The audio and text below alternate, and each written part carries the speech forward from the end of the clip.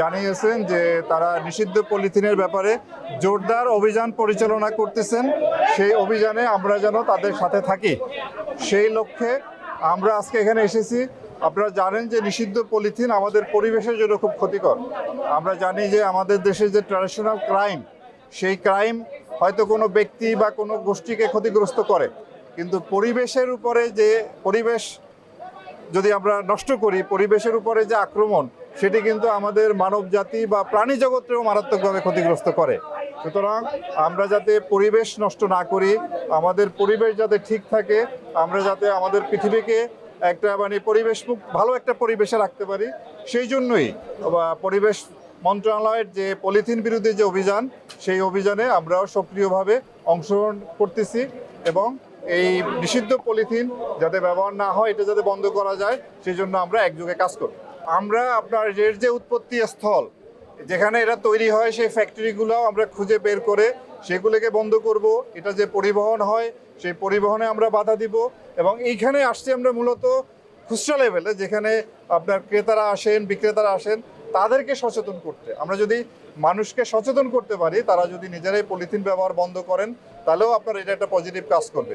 আমরা সব ক্ষেত্রে, অর্থাৎ উৎপাদন, বিপণন এবং খুচরা ব্যবহার, সব ক্ষেত্রে আমরা কার্যকরী ব্যবস্থা নিচ্ছি। আমরা ইতিমধ্যে বিকল্প হিসেবে আপনারা জানেন যে পাটের ব্যাগ ব্যবহারের জন্য উদ্বুদ্ধ করছি এবং কাগজের ব্যাগ, যেটার আজকের আমাদের যে এই মোটিভেশনাল প্রোগ্রাম, এই প্রোগ্রামে আপনারা দেখতে পাচ্ছেন আমাদের ডিজি মহোদয় পলিথিনের যে বিকল্প, সেই বিকল্প পাটের ব্যাগ এবং কাগজের ব্যাগ, সেগুলো কিন্তু আমরা ইতিমধ্যে দোকানে দোকানে দিচ্ছি এবং এটা নিয়ে আমরা পত্রিকায় বিজ্ঞপ্তি, আমাদের ফেসবুক পেজে প্রচারণা সহ আমরা সর্বস্তরে এটা প্রচারণার জন্য চেষ্টা করছি এবং সেটার ধারাবাহিকতায় আজকে র্যাব ফোর্সেস আমাদের সাথে সহযোগী হয়ে আমাদের এই কার্যক্রমটাকে এগিয়ে নিয়ে যাওয়ার জন্য চেষ্টা করে যাচ্ছেন। এখানে আজকে আমরা খুচরা বাজারে এসেছি।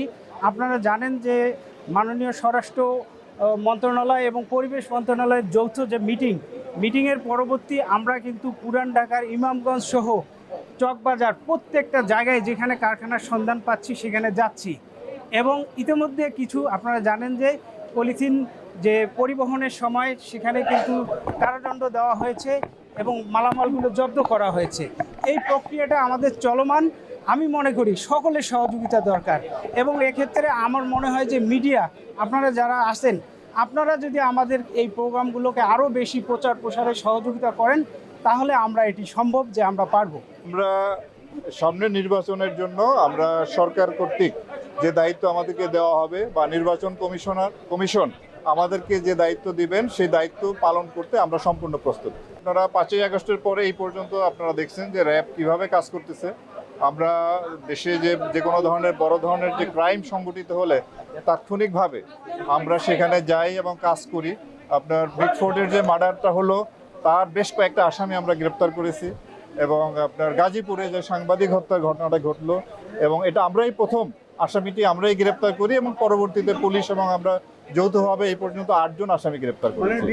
আপনারা জানেন যে এই যে 8 টুকরা লাশ যেটা ফেলে রাখা হয়েছিল, একেবারে ক্লুলেস একটা মার্ডার, সেটাও খুব স্বল্পতম সময়ের মধ্যে এই ঘটনা আমরা ডিটেক্ট করি এবং তার যে আসামি 3 জন আসামিকে আমরা গ্রেপ্তার করতে সক্ষম হই। কক্সবাজার এলাকায় মাদক বিরোধী ব্যাপক আমাদের অভিযান চলতেছে এবং বিপুল সংখ্যক আমরা আপনার ইয়াবা উদ্ধার করেছি, অস্ত্র উদ্ধার করেছি।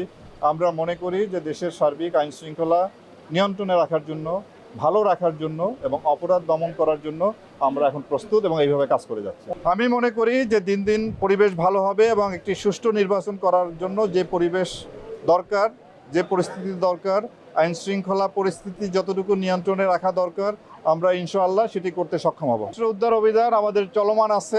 আমরা চেষ্টা করব আমাদের এই অভিযানটিকে আরও জোরদার করার জন্য এবং নির্বাচনের পূর্বে আমাদের যে লুণ্ঠিত অস্ত্রের যে যতটুকু বাকি আছে সেটুকু উদ্ধারের জন্য আমরা সর্বাত্মক প্রচেষ্টা গ্রহণ করব। আমরা আসলে প্রতিনিয়ত, প্রতিদিন, প্রতিটা ঘন্টায় আমরা এই মুহূর্তে ব্যস্ত আছি কিভাবে আইন শৃঙ্খলা পরিস্থিতি নিয়ন্ত্রণে রাখবো, কিভাবে অপরাধ দমন করব, কিভাবে যারা সাধারণ মানুষ তাদেরকে একটু স্বস্তিতে যারা তারা চলাফেরা করতে পারে, তারা যাতে ছিনতাইকারীর সম্মুখীন না হয়, তারা যেন চাঁদাবাজের সম্মুখীন না হয়, তারা যাতে দস্যুতার সম্মুখীন না হয়, কোনো অপহরণ না ঘটে, এই অপরাধগুলি নিয়ন্ত্রণে আনার জন্য, এই অপরাধীদের গ্রেপ্তার করার জন্য আমরা সবচেয়ে বেশি এই নিয়ে চিন্তা ভাবনা করি, এই নিয়ে কাজ করি।